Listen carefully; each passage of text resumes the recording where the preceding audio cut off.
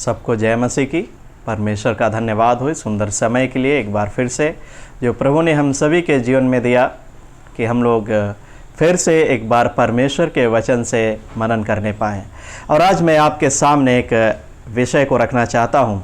और जैसा कि आप लोग जानते हैं कि एक हमारा विषय चल रहा है कि इस्राएली जो मिस्र देश से कनान देश प्रतिज्ञात देश जाने के लिए निकले थे, वे जंगल में क्यों नष्ट हो गए, उसके 5 कारणों के विषय में हम लोग सीख रहे हैं। और अभी तक हम लोग 3 कारणों के विषय में सीख चुके हैं और चौथा कारण हम लोग सीखने वाले हैं। लेकिन उस चौथे कारण से पहले, उस चौथे कारण को मैं बताऊं, उसको मैं सिखाऊं, उससे पहले हम लोग एक और भी विषय को हम लोग सीखेंगे ताकि हम जान लें कि परमेश्वर की इच्छा क्या है, परमेश्वर क्या चाहते हैं। और जब हम गिनती की किताब 21 अध्याय उसके चौथे पद से पढ़ते हैं तो हम इस चौथे पद को लेकर के आज हम सीखेंगे कि परमेश्वर उन्हें जंगल के मार्ग से क्यों लेकर गया, परमेश्वर की इच्छा क्या है। और इसी अध्याय से हम लोग सीखने वाले हैं चौथे कारण को। जब हम 5वें 6ठे पद को पढ़ते हैं इसमें ये चौथा कारण बताया गया है। लेकिन इससे पहले हम चौथे पद को समझ लें ताकि आगे के जो विषय हैं उनको समझने में हमें आसानी होगी, हमें जो है सहायता मिलेगी। हालेलुया। यहाँ पर मैं आपके सामने परमेश्वर के वचन से पढ़ना चाहूँगा। यहाँ पर लिखा हुआ है गिनती की किताब 21 अध्याय और उसका चौथा पद। यहाँ पर लिखा हुआ है, फिर उन्होंने होर पहाड़ से कूच करके लाल समुद्र का मार्ग लिया कि एदोम देश से बाहर बाहर घूम कर जाएं। और लोगों का मन मार्ग के कारण बहुत व्याकुल हो गया। अब यहाँ पर देखिए, ये इस्राएली जो हैं ये होर पहाड़ के पास थे जो एदोम के देश के पास में था, कादेश बरने के पास में था। और इन्हें उस पहाड़ के पूर्वी ओर घूम करके जाना था ताकि वो मोआब देश होकर के जा सके। और यहाँ पर लिखा है कि वो मार्ग जो था इतना कठिन था कि लोगों का मन जो है वो मार्ग के कारण बहुत व्याकुल हो गया। आप जानते हैं कि जिस समय परमेश्वर ने इस्राएलियों को मूसा की अगुवाई में मिस्र देश की गुलामी से, फिरौन की गुलामी से छुड़ाया, उस समय एक मिस्र देश से और कनान देश जाने के लिए एक राजमार्ग था जिससे लोग आया जाया करते थे, व्यापार किया करते थे। और एक राजमार्ग था जिससे लोग यात्राएं किया करते थे और एक दूसरे के देश में आया जाया करते थे। तो परमेश्वर उस मार्ग से इस्राएलियों को कनान देश क्यों नहीं ले गया। और ऐसा कुछ लोग बताते हैं परमेश्वर के दास कि वो जो मार्ग था वो बहुत ही छोटा था, लगभग 11 दिन का मार्ग था जो राजमार्ग उस समय था मिस्र देश और कनान देश के बीच में यात्रा का, जिससे लोग आया जाया करते थे, वो 11 दिन का मात्र था। तो फिर क्यों परमेश्वर इस्राएलियों को जंगल के रास्ते से लेकर गया, एक कठिन रास्ते से लेकर गया, परमेश्वर उस मार्ग से क्यों नहीं लेकर गया। आज हम लोग इसी विषय पर सीख लें ताकि आगे हमें सीखने में आसानी हो। जब हम निर्गमन की पुस्तक और उसका 13 अध्याय को हम लोग पढ़ते हैं उसके 17-18 पद में, तो वहाँ पर देखिए परमेश्वर के वचन में क्या लिखा हुआ है। निर्गमन 13 अध्याय और उसके 17-18 पद में यहाँ पर लिखा हुआ है, जब फिरौन ने लोगों को जाने की आज्ञा दे दी, तब यद्यपि फिलिस्तियों के देश में होकर जो मार्ग जाता है वह छोटा था, तो भी परमेश्वर यह सोचकर उनको उस मार्ग से नहीं ले गया कि कहीं ऐसा ना हो कि जब ये लोग लड़ाई देखें तब पछताकर मिस्र को लौट आए। यहाँ पर देखिए लिखा हुआ है कि मिस्र से फिलिस्तियों के देश होकर के एक कनान देश जाने के लिए एक छोटा मार्ग जाता था, लेकिन परमेश्वर उस छोटे मार्ग से उन्हें नहीं ले गया। और यहाँ पर एक कारण बताया गया है कि परमेश्वर ने सोचा कि कहीं ऐसा ना हो कि ये जब मार्ग में लड़ाई को देखे तो पछता करके फिर से वो वापस मिस्र देश की ओर लौट जाए। आपको मालूम है क्या ये जो कारण यहां पर लिखा हुआ है कि जो लड़ाई देकर वापस ना लौट जाए, आप क्या सोचते हैं कि जिस मार्ग से परमेश्वर उन्हें लेकर गया जंगली रास्ते से, क्या उस मार्ग में इन इस्राएलियों को लड़ाई का, युद्ध का सामना नहीं करना पड़ा? हम देखते हैं जब इसी गिनती की किताब 21 अध्याय को अगर हम पढ़ें तो इसमें देखिए, इस पूरे अध्याय को जब आप पढ़िए, इसमें 1 पद से लेकर के जब आप 3 पद तक पढ़ेंगे तो यहां पर देखिए एक राजा के साथ, जो कनानी राजा था, जो दक्षिण देश का एक राजा था, जहां पर उसका राज्य था, और उसके साथ इस्राएलियों की लड़ाई होती है। और इसी अध्याय में सीहोन राजा के साथ लड़ाई होती है। और उसके आगे जब हम पढ़ते हैं तो मोआब देश में बालाक राजा के साथ युद्ध होता है, ओग राजा के साथ युद्ध होता है। कितनी लड़ाइयां होती हैं। तो फिर ऐसा क्या कारण था कि परमेश्वर उन्हें उस जंगली रास्ते से लेकर गया? जब हम उस कारण को पढ़ते हैं तो कारण को जानने के लिए हम लोग व्यवस्था विवरण की पुस्तक 8 अध्याय और उसके दूसरे पद को हम लोग देखेंगे कि क्या कारण था कि परमेश्वर उन्हें उस जंगली रास्ते से, कठिन रास्ते से, वो कठिनाइयों से भरे हुए रास्ते से उनको लेकर गया और उस छोटे रास्ते से लेकर नहीं गया। परमेश्वर क्या चाहता था? देखिए, परमेश्वर के मन को समझना जरूरी है।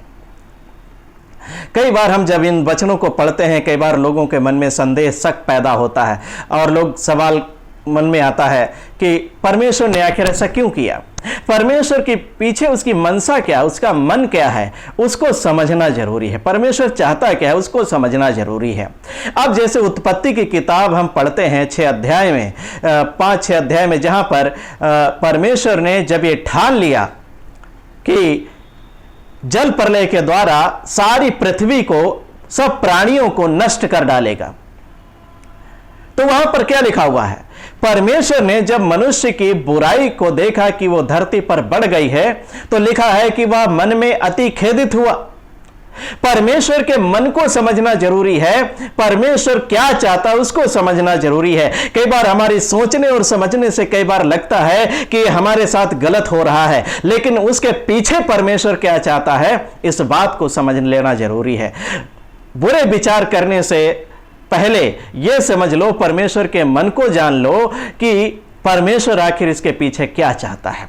और जब हम यिर्मयाह की किताब 29 अध्याय उसका 11 पद पढ़ते हैं तो वहां पर परमेश्वर कहता है कि जो कल्पनाएं मैं तुम्हारे विषय में करता हूं वे हानि की नहीं हैं, वे लाभ ही की हैं। हालेलुया।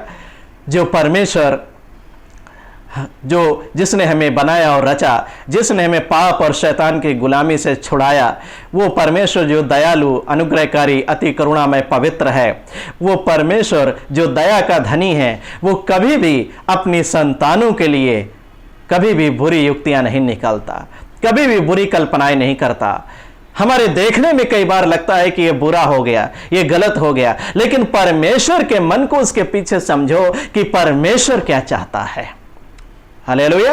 और इसी बात को समझने के लिए कि परमेश्वर उस जंगली मार्ग से उन इस्राएलियों को क्यों लेकर गया, हम व्यवस्था विवरण की किताब 8 अध्याय उसके दूसरे पद को पढ़ेंगे और यहां पर देखेंगे उस कारण को बताया गया है जिस कारण से परमेश्वर मूसा की अगुवाई में इस्राएलियों को जंगली स्थान से लेकर गया। यहां पर लिखा हुआ है, और स्मरण रख कि तेरा परमेश्वर यहोवा उन 40 वर्षों में तुझे सारे जंगल के मार्ग में से इसलिए ले आया है। पहला कारण कि वह तुझे नम्र बनाए, दूसरा और तेरी परीक्षा करके यह जान ले कि तेरे मन में क्या क्या है, और तीसरी बात और कि तू उसकी आज्ञाओं का पालन करेगा या नहीं। ये 3 बातें जब हम व्यवस्था विवरण की किताब 8 अध्याय उसके दूसरे पद में पढ़ते हैं, मूसा इस बात को कहता है कि परमेश्वर तुम्हें 40 वर्ष इसलिए जंगल में लिए फिरा, इसलिए जंगल से लेकर आया 40 वर्षों में कि परमेश्वर तुम्हें ये 3 बातों को सिखाए। पहली बात कि वह तुम्हें नम्र बनाए, दूसरी बात कि परीक्षा करके यह जान ले कि तुम्हारे मन में क्या है, और तीसरी बात कि तुम उसकी आज्ञाओं को मानोगे या नहीं। ये 3 बातें परमेश्वर इस्राएलियों को सिखाना चाहता था, और इन 3 बातों को सिखाने के लिए परमेश्वर इस्राएलियों को वो जंगल के मार्ग से 40 वर्षों में लेकर आया। ये 3 बातें परमेश्वर क्यों सिखाना चाहता था? नम्र बनना क्यों जरूरी है? ताकि हम घमंडी ना हो जाए। और मन की बात परमेश्वर क्यों जान लेना चाहता था? ताकि वो हमारे मन से हर एक बुरी अशुद्ध बातों को, व्यर्थ की बातों को दूर करके हमारे मन को शुद्ध और पवित्र करे, उनके मन को शुद्ध और पवित्र करे, ताकि वे जीवन भर परमेश्वर के प्रति वफादार रहें, उसकी आज्ञाओं को मानते रहें, उसके पीछे उसके मार्गों पर चलते रहें। तीसरी बात, आज्ञा पालन। परमेश्वर यह चाहता था कि ये इस्राएली जीवन भर मेरी आज्ञा को मानते रहें, और आज्ञा पालन हमेशा प्रेम से जुड़ा हुआ है। जब हम यूहन्ना का सुसमाचार 14 अध्याय उसके 15 पद में पढ़ते हैं तो प्रभु यीशु मसीह कहते हैं कि यदि तुम मुझसे प्रेम रखते हो तो मेरी आज्ञाओं को मानोगे। प्रभु यीशु मसीह प्रेम के बारे में जब वहां पर बता रहे थे तो प्रेम करना क्या है परमेश्वर से? उसकी आज्ञाओं को मानना। परमेश्वर से प्रेम रखना मतलब उसकी आज्ञाओं को मानना। हालेलुया। और परमेश्वर यही चाहता था कि उन्हें नम्र बनाए, उन्हें पवित्र बनाए, ताकि वे पवित्रता से शोभायमान होकर के परमेश्वर की स्तुति महिमा करें और जीवन भर उसकी आज्ञाकारिता करते रहें और प्रभु के प्रेम में बने रहें। हालेलुया।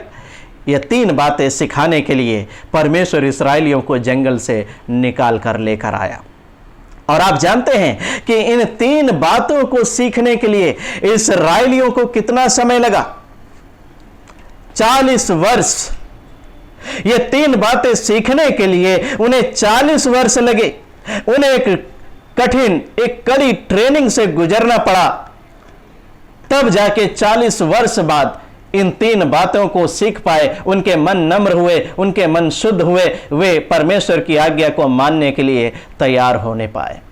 जब हम यहोशू की पुस्तक को पढ़ते हैं, अंतिम अध्यायों को, तो वहां पर लिखा है, और न्यायों के पहले अध्याय को जब हम पढ़ते हैं तो वहां पर लिखा है कि जो पीढ़ी यहां पर थी नबो पर्वत के पास में, जब मूसा ये बात उनसे व्यवस्था विवरण में ये सारी बातें दोहरा रहा था, उनको व्यवस्था दे रहा था, व्यवस्था को दोहरा रहा था, सारी बातों को बता रहा था, परमेश्वर के उपकारों को उन्हें याद दिला रहा था। और ये सारे लोग, मूसा वहीं पर जब नबो पर्वत पे मर गया, यहोशू के द्वारा ये सारे लोग जब कनान में प्रवेश हुए, लिखा है कि उस पीढ़ी के सब लोग अपने जीवन भर यहोवा की आज्ञा मानते रहे, यहोवा के प्रति वफादार रहे। हालेलुया। और ये जो लोग थे, इनको ये 40 वर्ष की कठिन ट्रेनिंग से गुजरना पड़ा, तब जाकर ये 3 बातें ये सीख पाए थे। लेकिन सवाल ये है, क्या ये 3 बातें सब लोग सीख पाए? उन इस्राएलियों में से क्या सब लोग इन 3 बातों को जो परमेश्वर उन्हें सिखाना चाहता था, क्या सीख पाए? नहीं, वो सब लोग नहीं सीख पाए।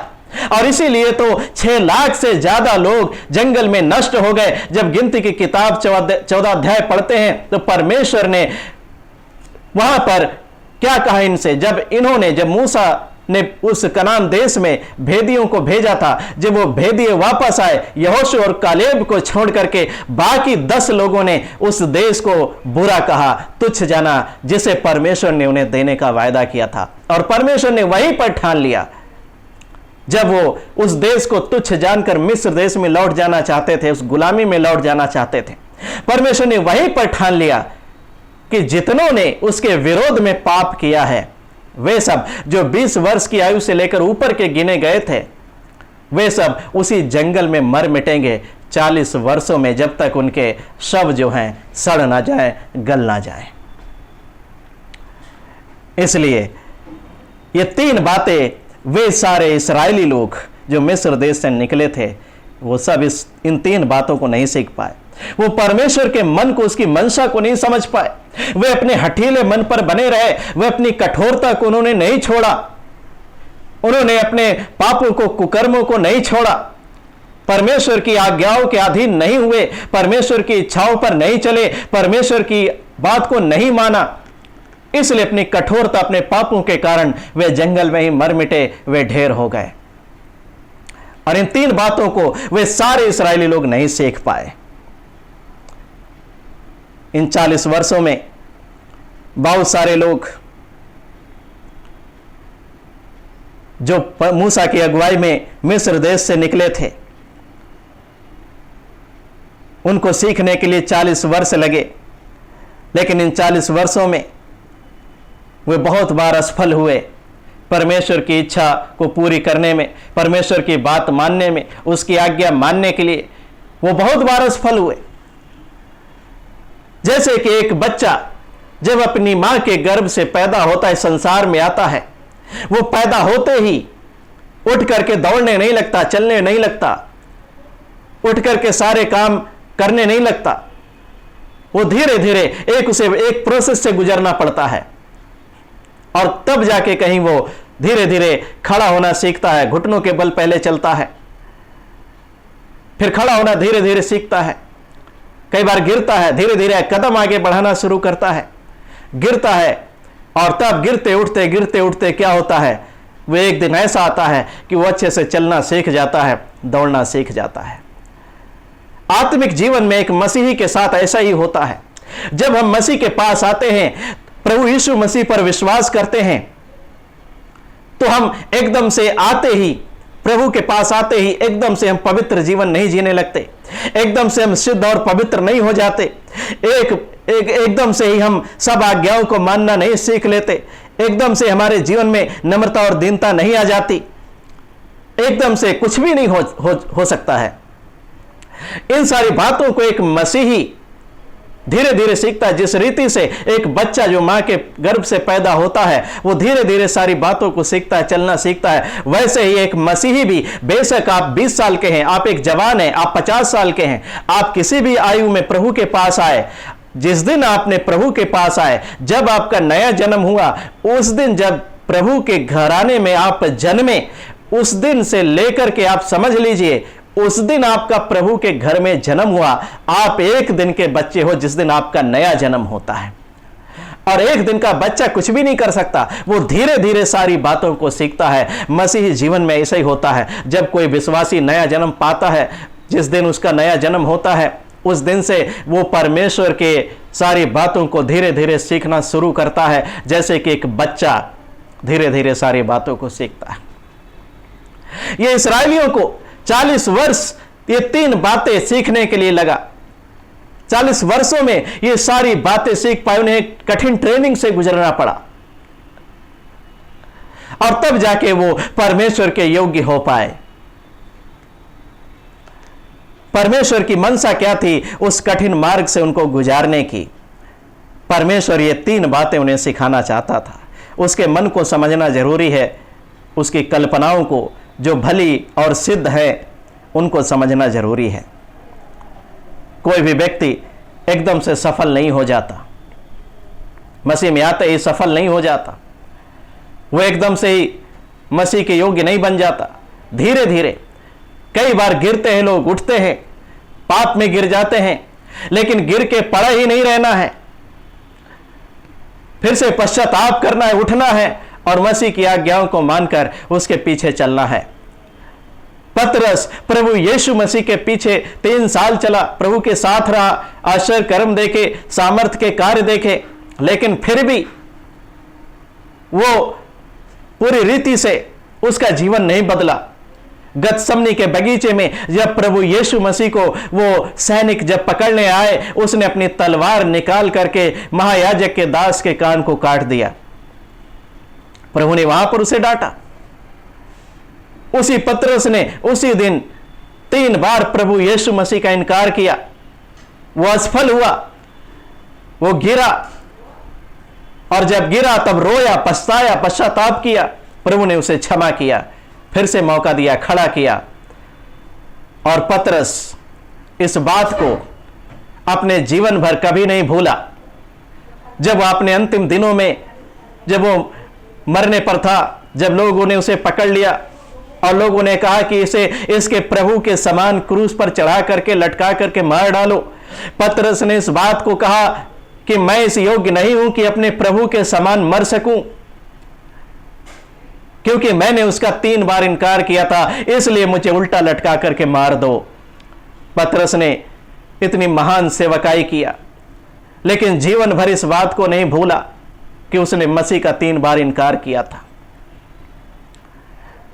कई बार हम असफल होने के द्वारा टूटते हैं, गिरते हैं। जब हम गिरते हैं, टूटते हैं, पश्चाताप करते हैं, मन फिराते हैं, प्रभु के पास लौट कर आते हैं। लेकिन बहुत सारे लोग जब वो पाप में गिर जाते हैं, प्रभु के पीछे चलने में असफल हो जाते हैं, वो नशे करने लगते हैं, वो व्यभिचार में गिर जाते हैं, बहुत सारे लोग पाप और बुराइयों में गिर जाते हैं, प्रभु की आज्ञा मानने में असफल हो जाते हैं, एक पवित्र जीवन जीने में असफल होते हैं, दीन नम्र होने में असफल होते हैं। लेकिन बहुत सारे लोग जब ये असफल होते हैं, उनमें से बहुत सारे लोग उठते हैं, पश्चाताप करते, मन फिराते हैं। लेकिन बहुत सारे लोग यहीं पर पाखंडी भी हो जाते हैं, एक पाखंडी के समान जीवन जीने लगते हैं। वो ऊपर से तो लोगों को शुद्ध और पवित्र दिखाई देते हैं, वो लोगों को ऊपर से तो बड़े अच्छे दिखाई पड़ते हैं, वो परमेश्वर के लोग दिखाई पड़ते हैं, पवित्र लोग दिखाई पड़ते हैं। लेकिन अंदर से उनकी आत्मिक दशा पाप में गिरी हुई होती है, वे अंदर से गिरे हुए होते हैं। जैसे कि वो कुबड़ी स्त्री जो आराधनालय में आई, वो 18 वर्षों से शैतान के बंधन में थी। लेकिन जब प्रभु यीशु मसीह से मिला, प्रभु यीशु मसीह ने उसे क्या किया?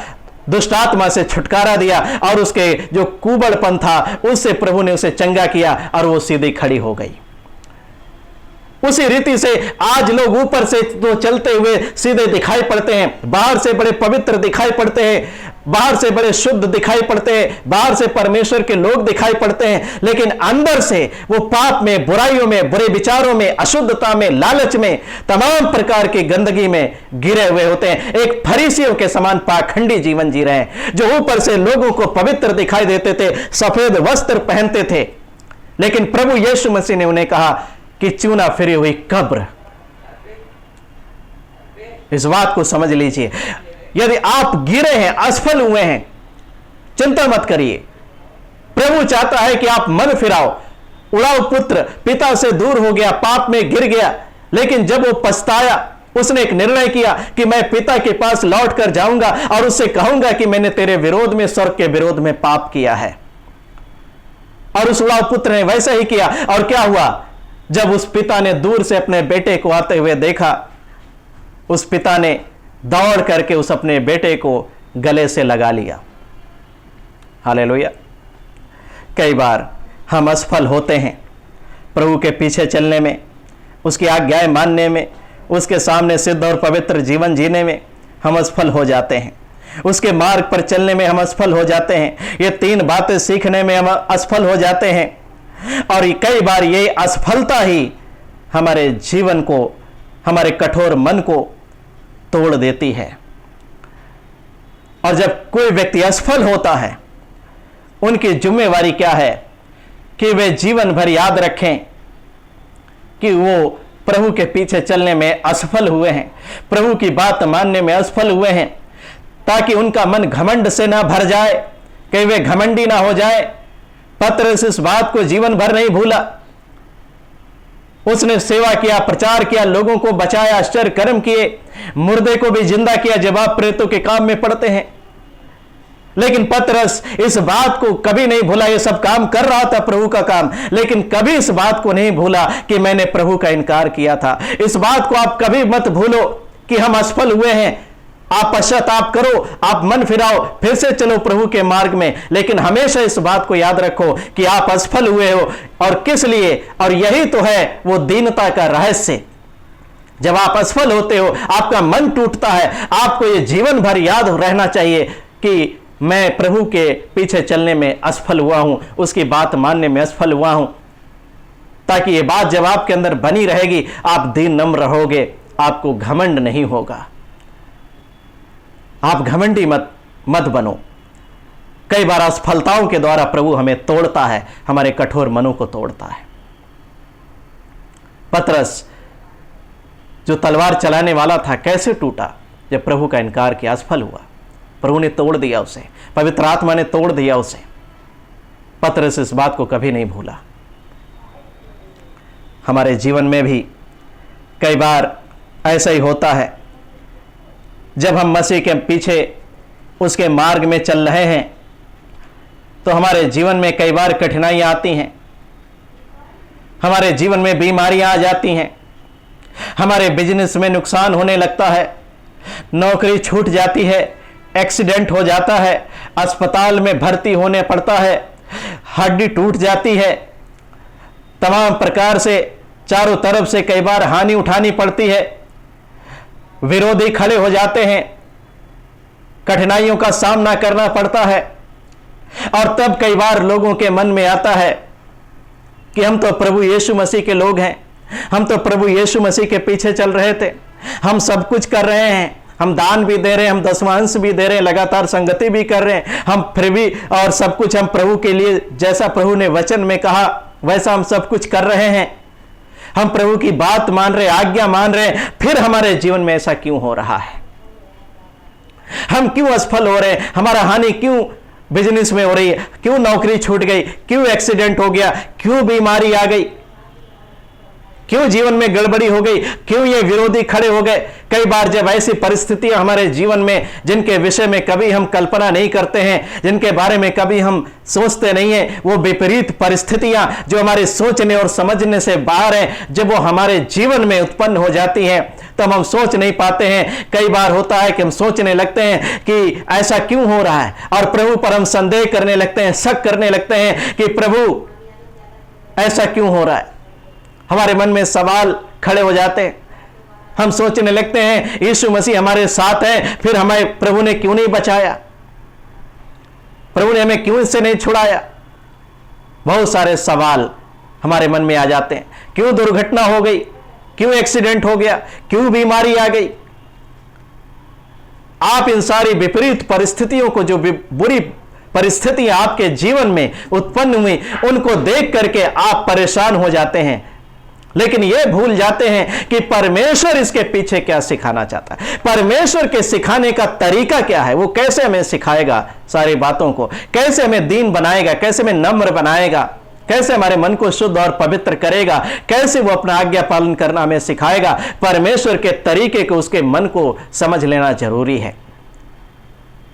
ये सारी बातें अगर हमारे जीवन में हो रही हैं तो क्यों हो रही हैं, इसके पीछे क्या कारण है, परमेश्वर क्या चाहता है, आप इसको पता करिए। लेकिन लोग इसको पता करने के बजाय, परमेश्वर से पूछने की बजाय बुरे विचारों में खो जाते हैं कि यीशु मसीह हमारे साथ है तो फिर हमारे साथ ऐसा क्यों हो गया।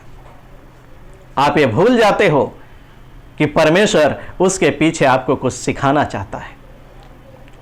हो सकता है कि आप परमेश्वर का समय चुरा रहे हो सकता है कि आप परमेश्वर के हिस्से को चुरा रहे हैं, हो सकता है कि आप संगति में समय नहीं देते, आप परमेश्वर की संगति से दूर हो चुके हैं, हो सकता है कि आपके जीवन में पाप ने आकर के घर कर लिया है, आप शैतान की युक्तियों में फंस चुके हो, आपको समझ में नहीं आ रहा है परमेश्वर उसके पीछे आपको क्या सिखाना चाहता है। आपको दीन बनाना चाहता है, आपको नम्र बनाना चाहता है, आपकी कठोरता को दूर करना चाहता है, आपको पवित्र करना चाहता है, आपको सिद्ध करना चाहता है। उसके पीछे परमेश्वर की मनसा क्या है, इस बात को समझने की जरूरत है। परमेश्वर पर दोष मत लगाओ। अगर आपके जीवन में कोई बुरी परिस्थिति उत्पन्न हुई है, वो विपरीत परिस्थिति जिसके बारे में आपने कभी सोचा नहीं, कोई कल्पना नहीं किया, लेकिन वो आपके जीवन में हो रहा है, तो क्यों हो रहा है इस बात को पता करो। प्रभु के सामने घुटने टेको, पूछो उससे क्यों हो रहा है, कहां पर गड़बड़ी हो रही है, परमेश्वर क्या सिखाना चाहता है। और बहुत बार होता है कि हमने कोई भी गलती नहीं की, लेकिन फिर भी ये सारी परिस्थितियां हमारे जीवन में पूरी उत्पन्न हो जाती हैं। तो उसके पीछे परमेश्वर की मनसा क्या है, परमेश्वर के मन को समझो, परमेश्वर क्या चाहते हैं। हालेलुया। ये इस्राएलियों को परमेश्वर उस कठिन मार्ग से लेकर आ रहा था, क्या सिखाना चाहता था। एक छोटा मार्ग था मिस्र से कनान देश जाने के लिए, लेकिन फिर भी परमेश्वर उस कठिन मार्ग से इस्राएलियों को लेकर गया, जंगली रास्ते से लेकर गया। उन्हें एक बहुत सारी कठिनाइयों का सामना करना पड़ा, कमी घटियों का सामना करना पड़ा, बहुत सारी उतार चढ़ाव उनके जीवन में आए और उनमें वो बहुत बार असफल हुए, गिरे। लेकिन बहुत सारे लोगों ने पश्चाताप किया, मन फिराया, उठे, फिर से प्रभु के पीछे चले। लेकिन बहुत सारे लोगों ने अपने मन को कठोर कर लिया, परमेश्वर की बात को नहीं माना, परमेश्वर के पीछे नहीं चले, वो सब नष्ट हो गए।